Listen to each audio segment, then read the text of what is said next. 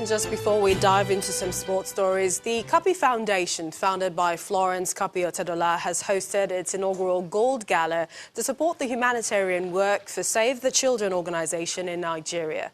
All proceeds generated from the event will go towards the Kapi Foundation programs that will benefit thousands of Nigerians in need. As donations roll in from different friends of the foundation in an event packed with dignitaries, the highlights of the night was when businessman Femi Otedola donated the sum of 5 billion naira to the foundation. Vice President of Nigeria, Professor Imeshibajo, is the special guest of honor at the inaugural Gold Gala. And seated next to her, it's obvious that government cannot do it alone.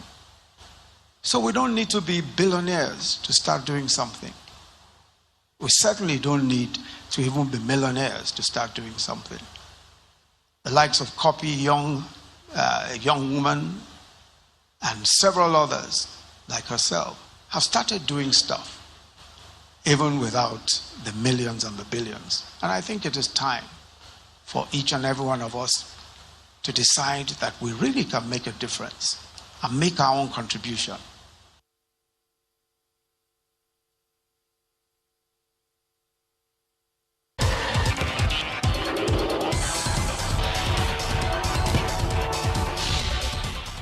Sixteen goals were recorded in match day 2 of the Nigeria Professional Football League played this evening across 8 stadiums in the country. Today's fixtures also produced 2 away victories and 5 draws in exciting fixtures across the country.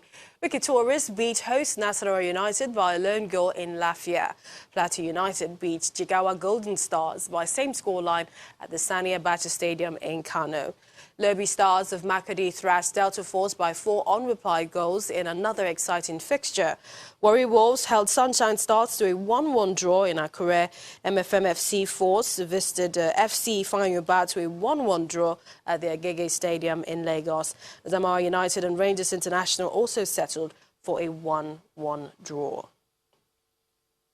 In the English Premier League, ruthless Liverpool have extended their lead at the top of the English Premier League table to 8 points and inflicted a hammer blow to Manchester City's title hopes in the process with a comprehensive victory over Pep Guardiola's shell-shocked side at Anfield. The result leaves City in 4th place, 9 behind the leaders, ahead of the international break.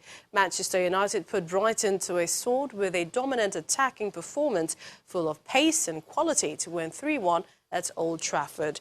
The result was United's biggest home English Premier League triumph since August. Wolves beat Aston Villa 2-1, extending their unbeaten run to 7 top-flight games.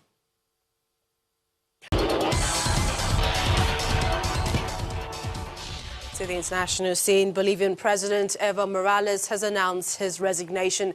This comes shortly after the army chief asked him to step down amid protests stemming from his disputed re-election last month. Mr. Morales has earlier agreed to call a new election following a damning report by the Organization of American States, OAS, which monitored the election, calling for it to be annulled. Well, the OAS had reported that it found what it called clear manipulations of the country's voting system and that it could not verify the result of the October 20 race. Mr. Morales' announcement follows weeks after anti-government protests protested over reported irregularities and also fraud allegations. Australian authorities have issued a warning of catastrophic bushfire threats to its largest city, Sydney, and its surrounding areas. They have called for those living in vulnerable communities to leave and seek shelter in shopping centres.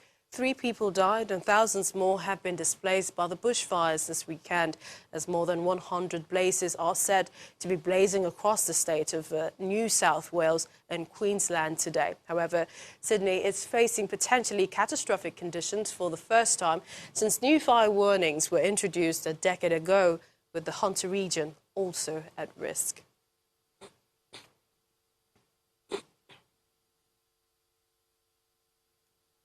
And the main news again. Primate of the Church of Nigeria Anglican Communion, Nicholas Oko, asked the federal government to intensify its efforts in improving security in the country. President Muhammadu Buhari urged Muslims to follow the examples of Prophet Muhammad as they celebrate Eid al-Maulud to commemorate the birthday of the Prophet.